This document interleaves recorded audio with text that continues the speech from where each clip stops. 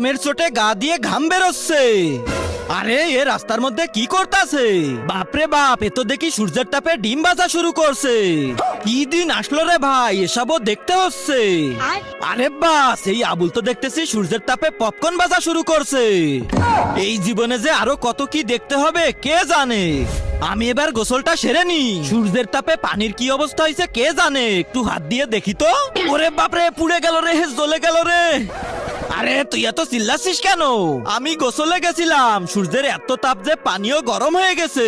আরে তুই চিন্তা করছিস কেন, আমি আছি না, চল আমার সাথে। এইবার দেখ শুধু আমি কি করি, তোর পানি একদম পুরো বরফের মতো ঠান্ডা বানিয়ে দেব। এই নে দিছি পানি ঠান্ডা করে, এবার গোসল কর। তার আগে আল্লাহকে ভালোবেসে থাকলে ভিডিওটাতে লাইক করে চ্যানেলটা সাবস্ক্রাইব করে দাও, আর যদি না করো তাহলে ভাববো তুমি আল্লাহকে ভালোই বাসো না। কমেন্টে বলে যাও আই লাভ আল্লাহ। শালার হাতুড়ে বিজ্ঞানী কি করছে কে জানে।